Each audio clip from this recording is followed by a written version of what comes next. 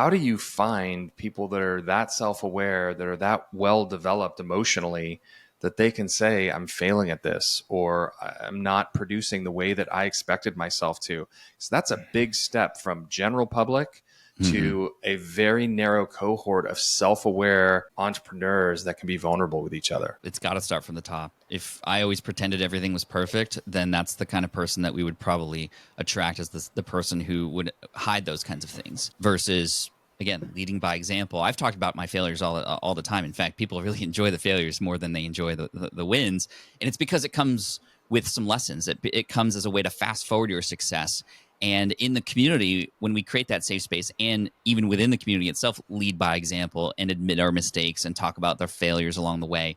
When one person does it, other people are more likely to do it too. And again, it comes from the top. But what we also find is that people are sharing where they might be falling short, but then immediately get some support. And that support, that sense of belonging, is something that a lot of us feel like is just missing out there, especially in the world of entrepreneurship. We might try something and fail and then have nobody else to talk to. Like even our spouses or our friends or family, they don't know necessarily the language or the thing we're trying to do. Oftentimes we get told, we told you so, right? Instead, because they don't know what we're trying to do, versus here's a group of people who all speak the same language. We all are trying to do different things, but we have similar goals and we're here for the right reasons. We've attracted the right kind of people.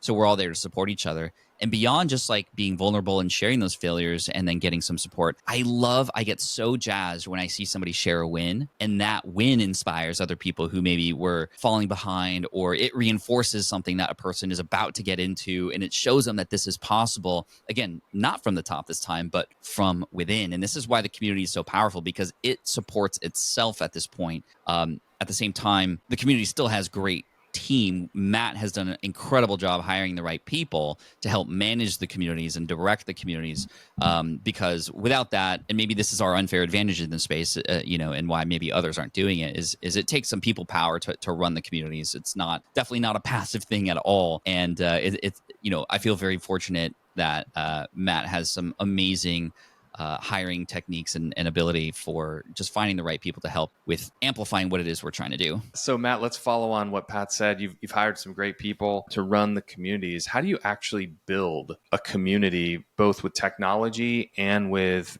people? Bit by bit, right? We were not the very first, but I do believe on more of the leading edge, into this space, going back to, again, part of the history that we've shared. We started down this road in 2019, which had a lot of wins in that year. And we also hit a lot of headwinds and challenges, in that year. And that kind of galvanized us coming out of that year to, again, invest in this really big change of direction. So in terms of like technology and other things, yes, we use Circle. It's not, I'd say like the panacea solution. It's not everything. We love that platform. Pat and I are proud to be advisors of that company. I was in New York with the founders in February of 2020, 3 weeks before the world shut down, because they were just starting. So we got lucky. Part of it is right place, right time. Part of it is being able to cast the right vision to first your team on the inside, like, why are we making this change, right? And getting them to buy into that pretty radical new vision for, how the company is going to operate, what it means for them, how these opportunities can create career opportunities for themselves, new skill development, new kind of upward mobility opportunities, how we're going to leverage this into, a lot of good for a lot of different people. So that's a big part of the equation as well, being clear with that and getting the buy-in and working on then your team's motivations to come even super full circle, and making sure that our internal culture is aligned as much as we can to that common vision, and getting everyone's individual motivations, to kind of line up with that, right? Along the way as well,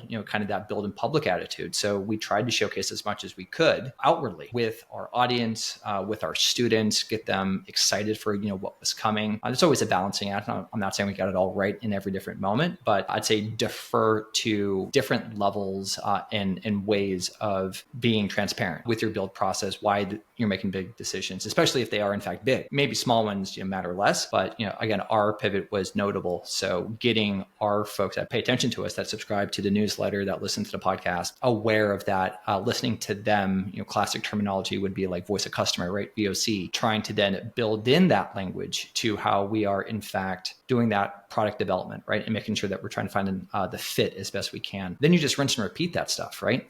Through like product cycles. A lot of that may be kind of really time and tested through the SaaS community, software products, but, going through iteration loops on your product, which for us now is community. And when you have misses, talk about that internally, diagnose those, diagnose the wins as well. Share the losses publicly. What did we learn from that? If you invest in some of those patterns, at least to me, that's a decent playbook. Won't work for everyone, and everyone should kind of add their own flavor to it. But for us, it's done pretty well.